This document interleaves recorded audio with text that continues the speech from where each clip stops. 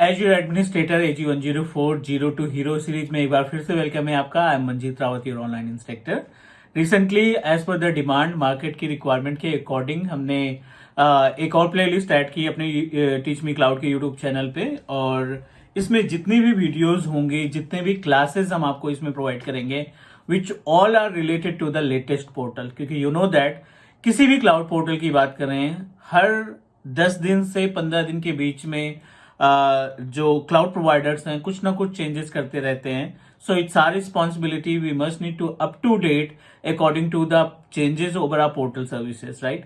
क्योंकि we don't know about कि अगर आप पुराने वाले ही मेथड को फॉलो कर रहे हैं किसी भी पर्टिकुलर सर्विस को इम्प्लीमेंट करने के लिए, तो मेक श्योर कि वो हमेशा उसी तरीके से नहीं फॉलो होगा।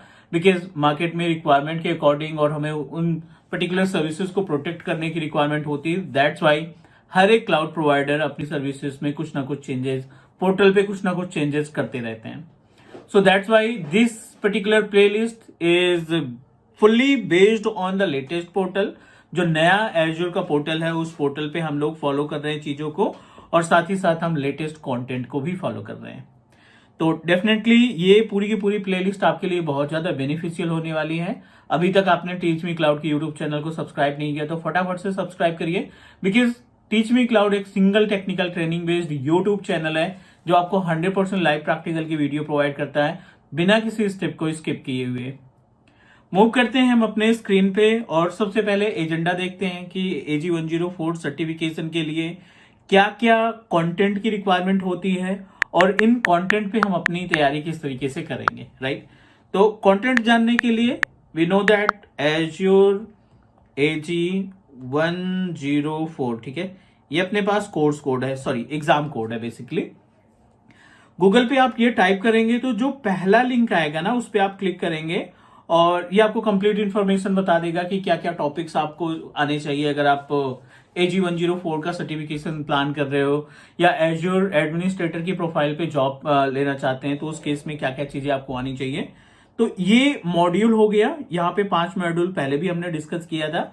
स्टार्टिंग जो है वो है manage identity and governance, implement and manage storage, deploy and manage azure compute resources, implement and manage azure virtual networking और मॉनिटरिंग एंड मेंटेनेंस, जो कि बैकअप के लिए, डिजास्टर रिकवरी के लिए या फिर माइग्रेशन का टास्क आप परफॉर्म करना चाहते हैं तो उस केस में आपकी रिकवरी सर्विस वॉल्ट के थ्रू आप अपने टास्क को परफॉर्म कर सकते हैं, ठीक है। तो ये सभी मॉड्यूल हमें आने चाहिए और एक एक मॉड्यूल के अंदर मल्टीपल टॉपिक्स आपको देखने को मिल जाएंगे।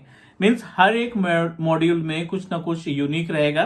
तो अभी के लिए हम आई नो दैट कि पहला जो मॉड्यूल है वो है आइडेंटिटी एंड गवर्नेंस, जो कि एज्योर एक्टिव डायरेक्टरी या माइक्रोसॉफ्ट इंट्रा आईडी, जो लेटेस्ट नेम है अपने पास एज्योर आईडी का, वो सारी सर्विसेज कवर होती हैं पहले मॉड्यूल में। लेकिन हम यहां से स्टार्ट करने वाले हैं अपने स्टोरेज वाले पार्ट से, जो दूसरा मॉड्यूल है which is implement and manage the storage services. तो पहली जो क्लास है अपने पास, वैसे हमने लास्ट टाइम डिस्कस किया था, थोड़ा सा आइडेंटिफिकेशन दिखाया था आपको पोर्टल का, बट अभी जो हम स्टार्ट करने वाले हैं वो है स्टोरेज से रिलेटेड। सो यहाँ पे हम बात करने वाले हैं एज्योर स्टोरेज मैनेजमेंट में। मीन्स किस तरीके से आप अपने एज्योर पोर्टल पे जो स्टोरेज की सर्विसेज अवेलेबल है उन एज्योर स्टोरेज सर्विसेज को कैसे मैनेज करोगे और किस तरीके से उन सर्विसेज को अपने डे टू डे एक्टिविटी में इन्वॉल्व करने का काम करेंगे। कंटेंट की बात करें तो मैं आपको हिंट दे देता हूं, ये पहली क्लास है, means related to the practical. So यहां पे हम बात करने वाले हैं, एजेंडा बिल्कुल क्लियर है, एज्योर AG104 जो हमारा सर्टिफिकेशन कोड है, एग्जामिनेशन कोड है, इस पे डिस्कस करने वाले हैं। और पहले मॉड्यूल पे हैं जो, सॉरी, पहला मॉड्यूल हमारे इस ट्रेनिंग के रिगार्डिंग, मींस इस प्लेलिस्ट के रिगार्डिंग हम यहाँ पे बात करने वाले हैं एज्योर स्टोरेज मैनेजमेंट, ठीक है। यहाँ पे हम बात करने वाले हैं एज्योर स्टोरेज मैनेजमेंट। अगर इसके अंदर कंटेंट की बात करें तो क्या क्या चीजें हम कवर करेंगे, इसमें हम बात करेंगे एज्योर स्टोरेज अकाउंट के बारे में, एज्योर स्टोरेज अकाउंट का इस्तेमाल कैसे होता है, स्टोरेज अकाउंट क्रिएट करने के बाद जो अलग अलग सर्विसेज हैं लाइक कंटेनर्स हैं, कंटेनर्स के बारे में बात करेंगे। Will also discuss about file share, हम यहाँ पे डिस्कशन करेंगे अबाउट टेबल, जो NoSQL डेटा को स्टोर करने के लिए इस्तेमाल किया जाता है, और हम बात करेंगे क्यूज की भी। ये 4 तरीके के स्टोरेज आपको मिल जाएंगे। जब आप स्टोरेज अकाउंट को क्रिएट करेंगे तो आपको इमीडिएटली ये चारों ऑप्शंस दिखाई पड़ जाएंगे। ये तो बात हो गई फीचर्स की, ये तो बात हो गई हमारे पास जो स्टोरेज सर्विसेज का हम इस्तेमाल करने वाले हैं। नाउ अदर पार्ट की बात करें और क्या क्या चीजें इसमें इन्वॉल्व करने वाले हैं। इन स्टोरेज से जुड़े हुए बहुत सारी सर्विसेज हैं, जैसे कि अगर हम बात करें तो यहां पे हम बात करेंगे अबाउट ब्लॉब्स की, टाइप्स ऑफ ब्लॉब, कितने तरीके के ब्लॉब हम क्रिएट कर पाते हैं उनकी डिटेल्स देखेंगे। फाइल शेयर की तरीके से फाइल सिंक का ऑप्शन आता है, उसके बारे में बात करेंगे। ऑब्जेक्ट रेप्लिकेशन की बात करेंगे, जो हमारा स्टोरेज है उस स्टोरेज के अंदर जब हम कोई ऑब्जेक्ट अपलोड करते हैं तो उसका रेप्लिका कैसे तैयार किया जाता है उसके बारे में भी बात करेंगे। और साथ ही साथ हम यहाँ पे डिस्कस करेंगे एक्सेस टियर के बारे में। एक्सेस टियर क्या होता है, जिसके थ्रू आप अपने स्टोरेज को या डेटा जो आप अपलोड कर रहे हैं उस डेटा को अलग अलग टियर में रख सकते हैं, और according to the tier you have to pay the amount.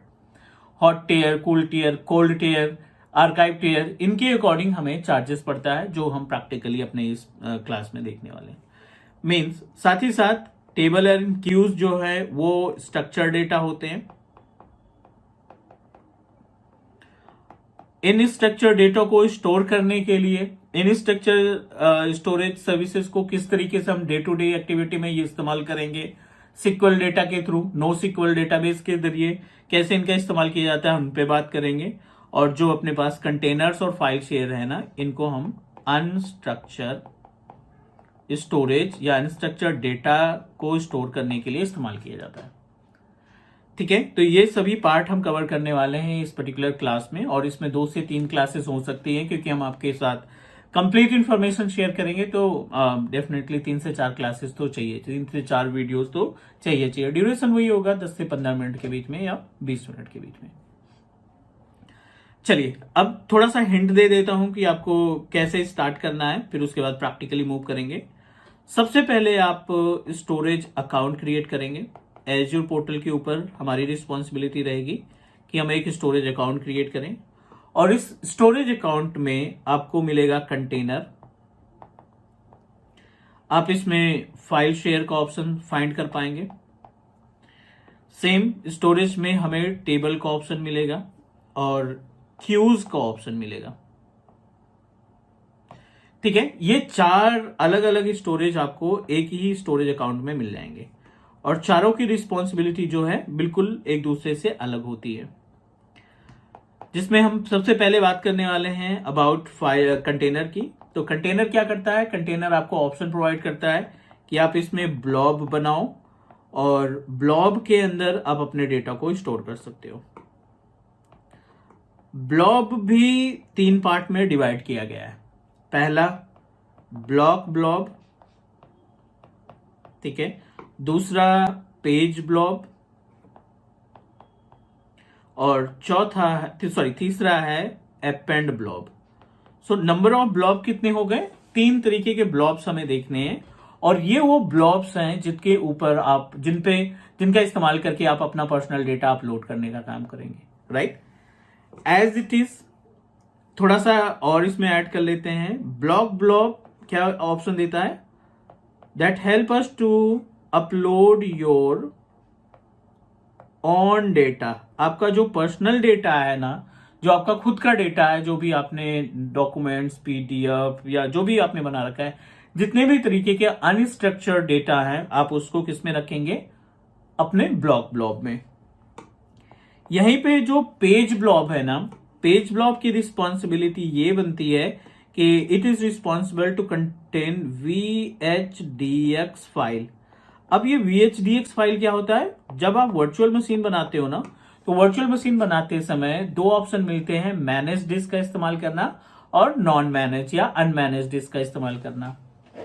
Manage disk का मतलब you are responsible to take care the activity of your hard drive. जो आपकी हार्ड डिस्क है वर्चुअल मशीन की, वो आप अपने अकॉर्डिंग मैनेज करना चाहते हैं, वो आपकी आएगी VHDX। मीन्स अगर आपने कोई वर्चुअल मशीन क्लाउड पे बनाया, एज्यूर पोर्टल पे आपने कोई वर्चुअल मशीन क्रिएट किया, and after few days you realize कि हमें ये वर्चुअल मशीन ऑन प्रोमाइसिस पे लानी है, ओएस इंस्टॉल किया, उसमें एप्लीकेशन रन कर रहे हैं, बट यू थिंक कि आपको वर्चुअल मशीन ऑन प्रोमाइसिस पे डाउनलोड करनी है, then VHDX file can help us to download VHDX file on premises, और उसमें जो भी उस VHDX फाइल को किसी भी हाइपरवाइजर के सर्वर पे अगर आप अपलोड करेंगे तो इमीडिएटली वो virtual machine as it is same जैसे आपने एज्योर पोर्टल पे क्रिएट किया था उस तरीके से रन करना स्टार्ट कर देगी।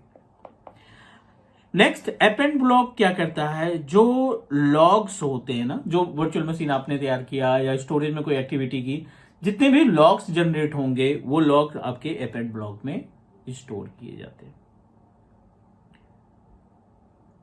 This is the actual use cases of our blob. 3 तरीके के ब्लॉब हैं, block blob, page blob, append blob. ये क्वेश्चंस इंटरव्यूअर आपसे पूछ सकता है, सो मेक श्योर कि you have a much idea about this storage.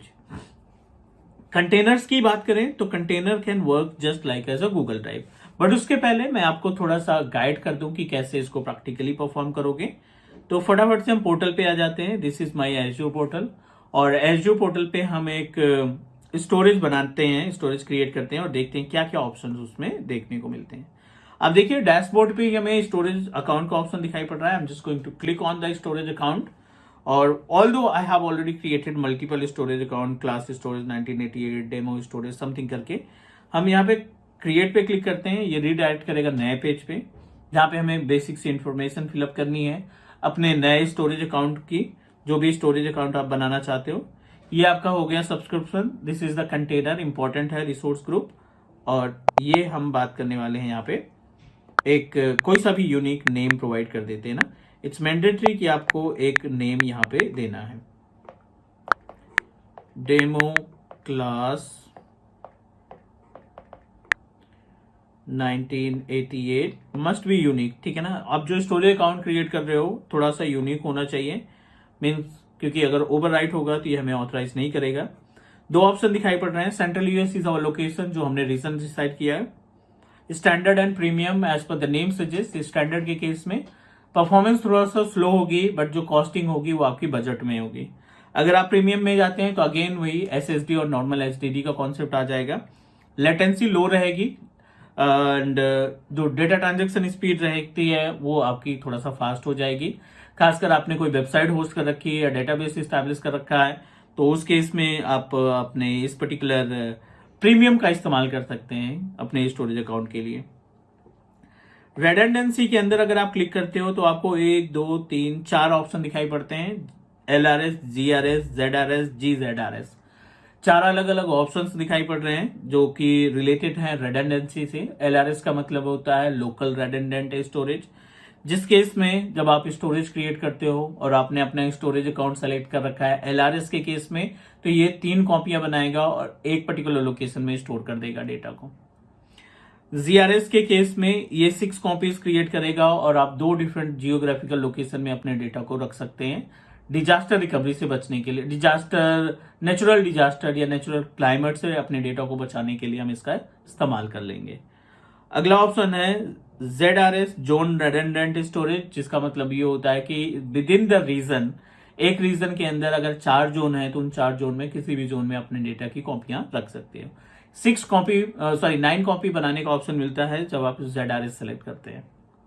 GZRS में आपको टोटल 9 कॉपीज का ऑप्शन मिल जाता है, 12 कॉपी का ऑप्शन मिल जाता है, जिसमें आप अपने विद इन द रीजन जितने भी जोन है उनमें रख सकते हैं, या क्रॉस द रीजन अगर आपको अपना डेटा रखना है तब भी वो पॉसिबल है।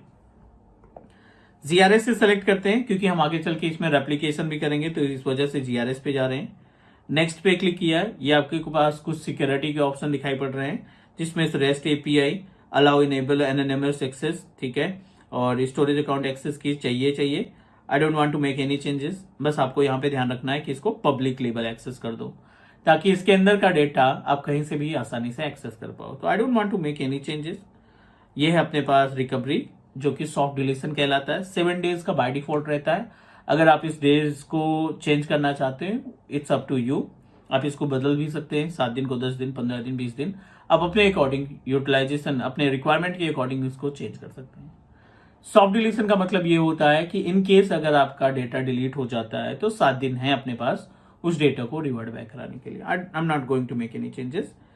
MMK which is Microsoft manage की, जो आपकी इनक्रप्शन के लिए काम करता है, आपका डेटा इनक्रप्ट कर देगा। नेक्स्ट पे क्लिक किया, रिव्यू पे क्लिक किया, थोड़ा सा इंतजार करते हैं और ऑलमोस्ट हमारा जो स्टोरेज अकाउंट है ये लगभग रेडी टू यूज है। सो ये पहली क्लास हुई और उम्मीद है कि इस क्लास में जो हमने बेसिक से पार्ट कवर किए ना, कॉन्सेप्ट के साथ साथ प्रैक्टिकल के साथ साथ कॉन्सेप्ट और थ्योरेटिकल नॉलेज हमें होनी चाहिए, because we are responsible to crack the clients interview. उसके बाद फिर हम अपना प्रैक्टिकल स्टार्ट करेंगे।